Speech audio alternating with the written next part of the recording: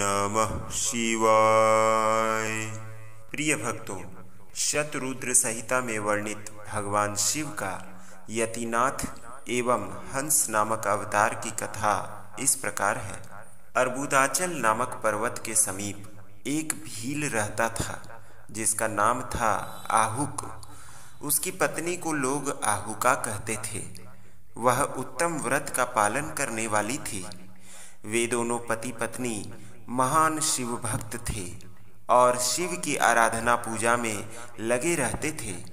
एक दिन वह शिव भक्त भील अपनी पत्नी के लिए आहार की खोज करने के निमित्त जंगल में बहुत दूर चला गया। इसी समय संध्या काल में भील की परीक्षा लेने के लिए भगवान शंकर सन्यासी का रूप धारण करके घर आए। इतने में ही उस घर का मालिक भील भी चला आया और उसने बड़े प्रेम से उन यतिराज का पूजन किया। उसके मनोभाव की परीक्षा के लिए उन यतीश्वर ने दीन वाणी में कहा, भील, आज रात में मुझे रहने के लिए यहाँ स्थान दे दो। सवेरा होते ही चला जाऊंगा। तुम्हारा सदा कल्याण हो। भील बोला, स्वामी जी, आप ठीक कहते हैं, तथापि मेरी बात सुनिए। मेरे घर में स्थान तो बहुत थोड़ा है, फिर उसमें आपका रहना कैसे हो सकता है। भील की यह बात सुनकर स्वामी जी वहां से चले जाने को उद्यत हो गए। तब भीलिनी ने कहा, प्राणनाथ, आप स्वामी जी को स्थान दे दीजिए। घर आए हुए अतिथि को निराश न लौटाइए, अन्यथा हमारे गृहस्थ धर्म के पालन में बाधा पहुंचेगी। आप स्वामी जी के साथ सुखपूर्वक घर के भीतर रहिए और मैं बड़े बड़े अस्त्र शस्त्र लेकर बाहर खड़ी रहूंगी। पत्नी की यह बात सुनकर भील ने सोचा, स्त्री को घर से बाहर निकालकर मैं भीतर कैसे रह सकता हूँ। सन्यासी जी का अन्यत्र जाना भी मेरे लिए अधर्म कारक ही होगा। ये दोनों ही कार्य एक गृहस्थ के लिए सर्वथा अनुचित है। अतः मुझे ही घर के बाहर रहना चाहिए। जो होनहार होगी वह तो होकर ही रहेगी।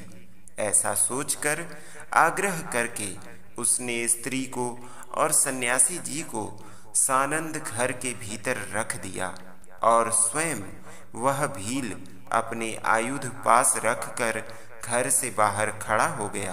रात में जंगली, क्रूर एवं हिंसक पशु उसे पीड़ा देने लगे। उसने भी यथाशक्ति उनसे बचने के लिए महान यत्न किया। इस तरह यत्न करता हुआ वह भील बलवान होकर भी प्रारब्ध प्रेरित हिंसक पशुओं द्वारा बलपूर्वक खा लिया गया। प्रातः काल उठकर जब यति ने देखा कि हिंसक पशुओं ने वनवासी भील को खा डाला है, तब उन्हें बड़ा दुख हुआ।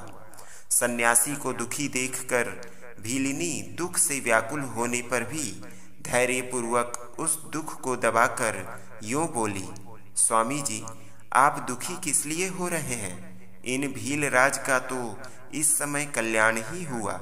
ये धन्य और कृतार्थ हो गए जो इन्हें ऐसी मृत्यु प्राप्त हुई। मैं चिता की आग में जलकर इनका अनुसरण करूंगी। आप प्रसन्नता पूर्वक मेरे लिए एक चिता तैयार कर दें, क्योंकि स्वामी का अनुसरण करना स्त्रियों के लिए सनातन धर्म है। उसकी बात सुनकर सन्यासी जी ने स्वयं चिता तैयार की और भीलिनी ने अपने धर्म के अनुसार उसमें प्रवेश किया। इसी समय भगवान शंकर अपने साक्षात स्वरूप से उसके सामने प्रकट हो गए और उसकी प्रशंसा करते हुए बोले, तुम धन्य हो, धन्य हो। मैं तुम पर प्रसन्न हूँ। तुम इच्छा अनुसार वर मांगो। तुम्हारे लिए मुझे कुछ भी अदेय नहीं है। भगवान शंकर का यह परमानंददायक वचन सुनकर भीलिनी को बड़ा सुख मिला। वह ऐसी विभोर हो गई कि उसे किसी भी बात की सुध नहीं रही। उसकी उस अवस्था को लक्ष्य करके भगवान शंकर और भी प्रसन्न हुए और उसके न मांगने पर भी उसे वर देते हुए बोले, मेरा जो यति रूप है यह भावी जन्म में हंस रूप से प्रकट होगा और प्रसन्नता पूर्वक तुम दोनों का परस्पर संयोग कराएगा। यह भील निषद देश की उत्तम राजधानी में राजा वीरसेन का श्रेष्ठ पुत्र होगा। उस समय नल के नाम से उसकी ख्याति होगी और तुम विदर्भ नगर में भीमराज की पुत्री दमयंती होगी।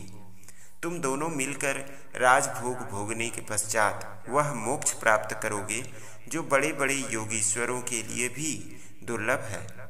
ऐसा कहकर भगवान शिव उस समय लिंग रूप में स्थित हो गए। वह भील अपने धर्म से विचलित नहीं हुआ था, अतः उसी के नाम पर उस लिंग को अचलेश संज्ञा दी गई। दूसरे जन्म में वह आहुक नामक भील नैषद नगर में वीरसेन का पुत्र होकर महाराज नल के नाम से विख्यात हुआ और आहुका नाम की भीलिनी विदर्भ नगर में राजा भीम की पुत्री दमयंती हुई और वे यतिनाथ शिव वहां हंस रूप में प्रकट हुए। उन्होंने दमयंती का नल के साथ विवाह करवाया। पूर्व जन्म के सत्कार जनित पुण्य से प्रसन्न होकर भगवान शिव ने हंस का रूप धारण कर उन दोनों को सुख दिया। हंसावतारधारी शिव भांति भांति की बातें करने और संदेश पहुंचाने में कुशल थे। वे नल और दमयंती दोनों के लिए परमानंददायक हुए। प्रिय भक्तों, इस प्रकार भगवान शिव की यतिनाथ एवं हंस नामक अवतार की कथा समाप्त होती है। भगवान शिव आपका कल्याण करें। धन्यवाद।